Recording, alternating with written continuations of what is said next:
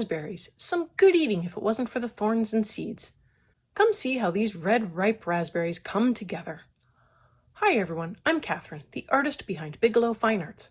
I'm continuing my journey through the Enchanted Forest, following the trail and enjoying fresh raspberries as I seek the mystery that awaits in the castle at the center of the forest. I spy two cute long-tailed oven birds watching me as I enjoy the berries. I have done blackberries in the past. If you want blackberries instead, I'll have the link in the cards above for the video to the blackberries. For the raspberries, I'm starting with a light layer of madder over the whole berry. I'm working up the berries one at a time to help get the colors right.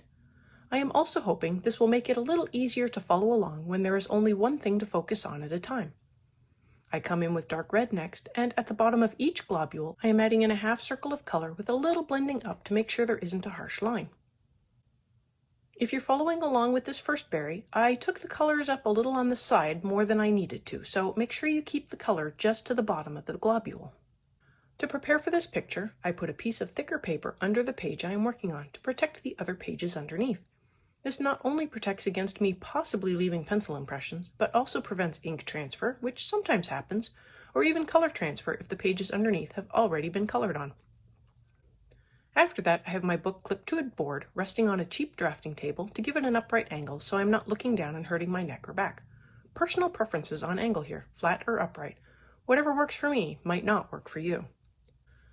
So just get comfortable and enjoy the process. If this is your first time here, welcome. Otherwise, welcome back. This is the first video in this series, so grab your colors and come color this raspberry with me. If you like what you see, hit that subscribe button so you can catch the rest of the color along.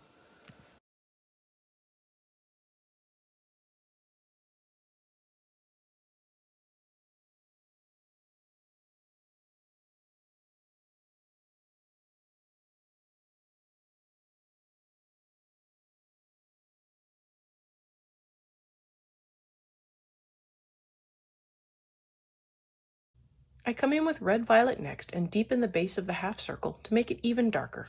This allows me to slowly build up the contrast while making sure I have most of my shadows and shading in the right place. Spoiler alert, I didn't quite have them all in the right place on this first berry, so make sure to keep the shading to the bottom of the berry.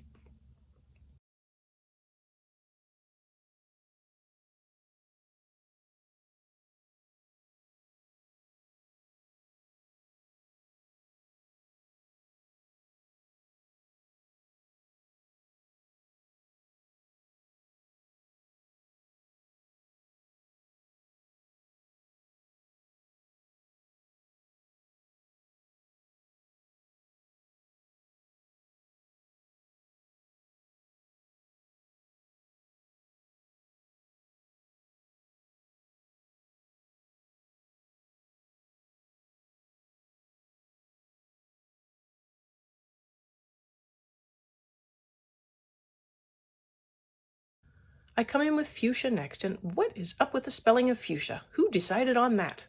Anyway, I added in a light layer over the whole berry, working up the berry globule by globule. I don't want to have any strange lines on my berries, so I focus on each globule and use small circles to fill in the area smoothly. Otherwise, I tend to get a little sloppy when I'm working on a large area, so no need to tempt myself.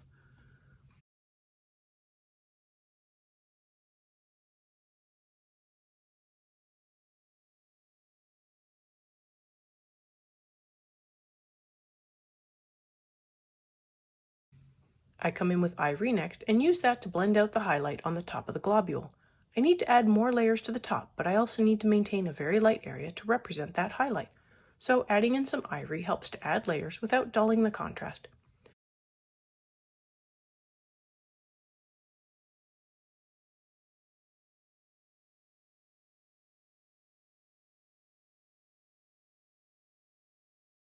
And speaking of contrast, I come in with sepia and make sure the bottom of each globule is nice and dark, with just a little blending upward to make sure there is a smooth transition.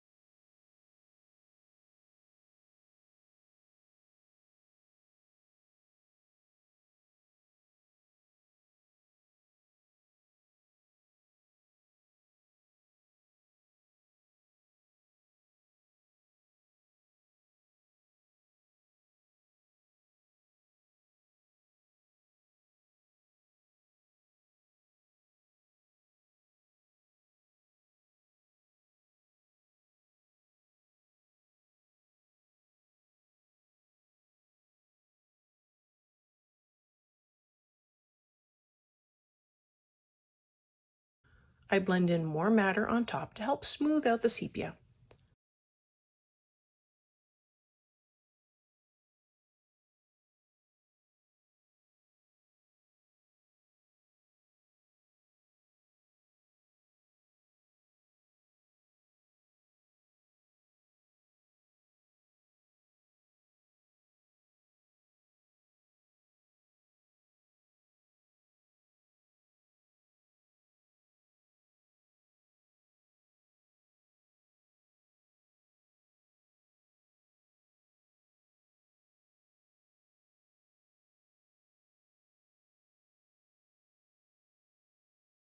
Then I come in with ivory to make sure I blend in the highlight a little more.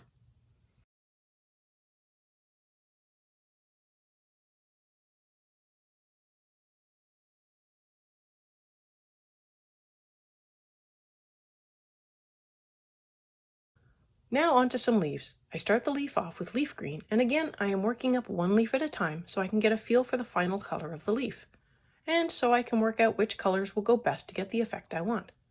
I like to keep a scratch piece of paper near me so I can test out color combinations to make sure I am not mixing a blue-green with a yellow-green.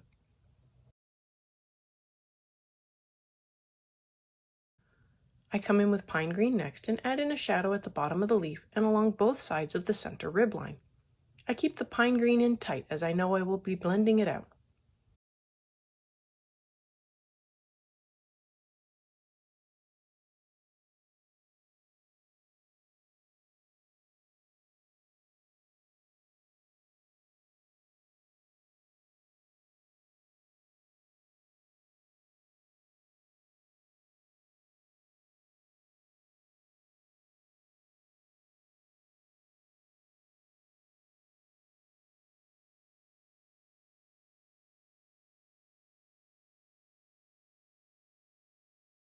Now with the permanent green olive, I blend out the edges of the pine green into the leaf green.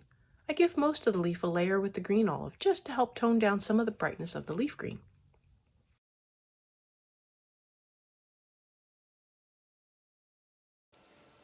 I come in with a little more leaf green to make sure the blend is good.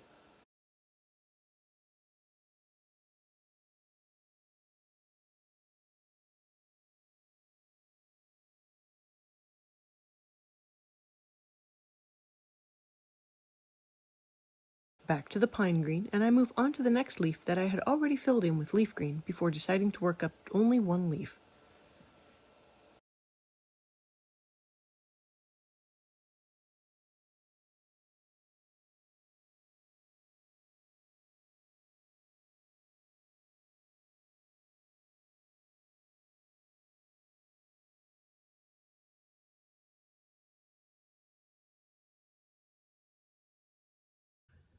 I blend with permanent green olive and add in more leaf green to further blend the whole leaf.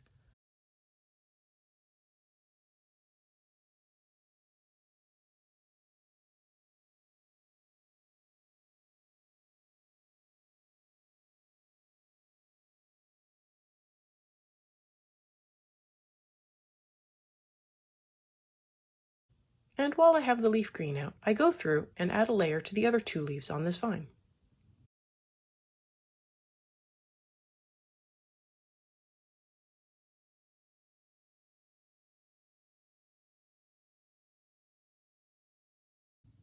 I add in the pine green to give the shadow along the rib and bottom of the leaf.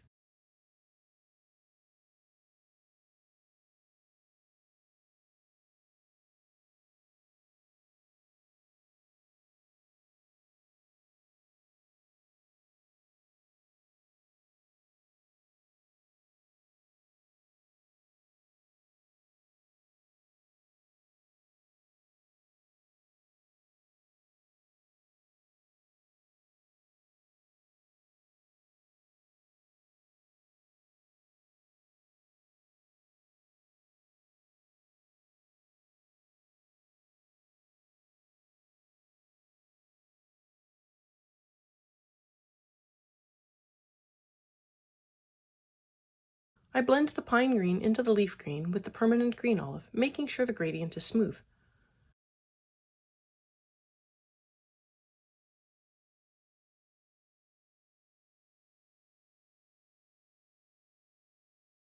I blend in more leaf green on top to make sure I have filled in the paper well.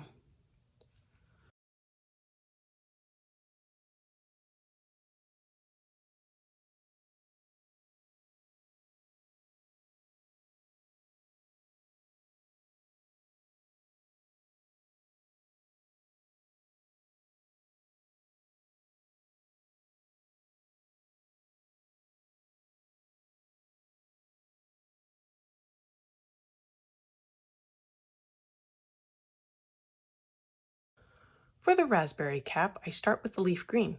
The cap will work up similar to the leaves. I add in pine green to the base of the cap and following the lines up a little. I blend out the pine green with permanent green olive. I add in more leaf green on top of the whole leaf, then I darken up the base of the cap with more pine green.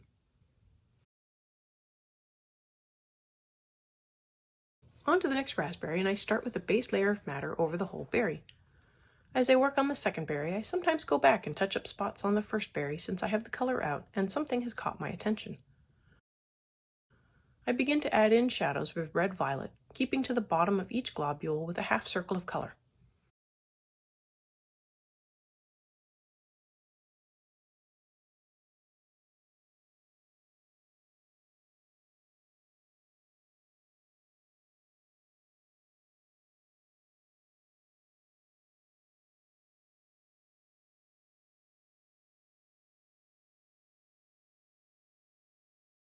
I work in sepia at the base of the red-violet to increase the contrast. And I also use the sepia to darken the whole left side of the berry to make it look like it is cast in shadow, like the light is coming from the right. I go back to the first berry to do the same thing as well. I smooth out the sepia gradient with dark red so there isn't any harsh transitions. I blend out the lighter part of the berry with fuchsia since I don't want the berry to be too dark. At this point I am refining the color. I add in more matter, followed by red-violet for the shadows.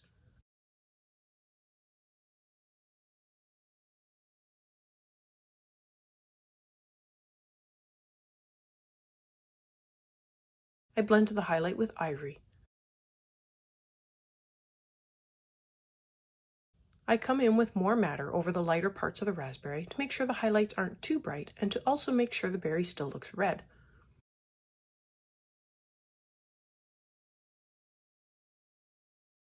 A little more sepia to touch up the shadows and also the shadow down the left side of the berry, and now I can move on to the cap and the berry cane.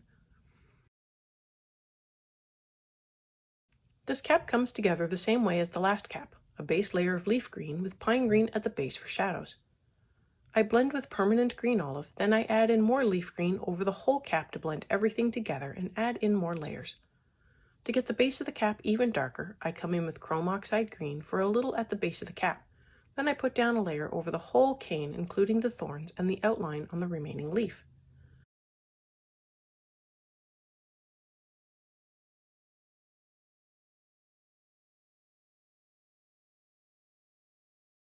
I brighten up the cane with leaf green and I fill in the center of the large leaf.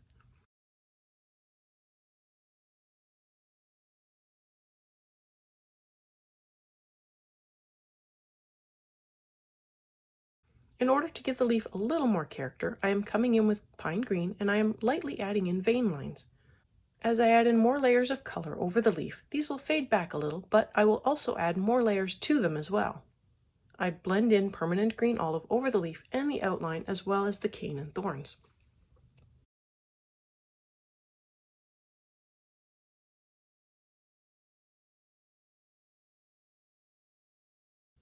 I add in more leaf green because I want to fill in the paper more without making everything too dark. The layers of green are still a little light and I can still see the paper through, so I need more layers.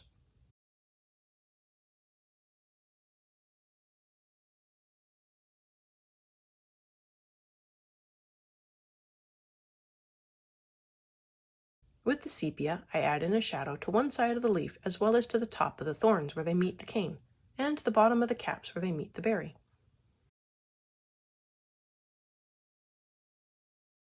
I come through with most of the greens again, and I refine the colors and layers.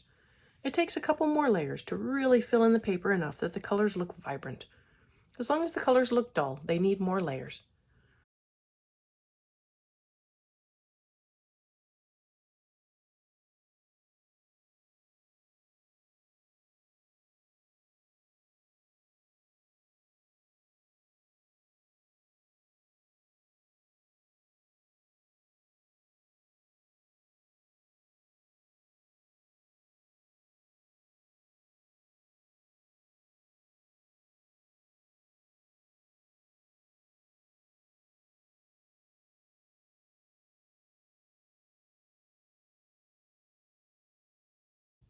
This page is a mirror image, so make sure to go ahead and work on the second half. Mine will look about the same on both sides.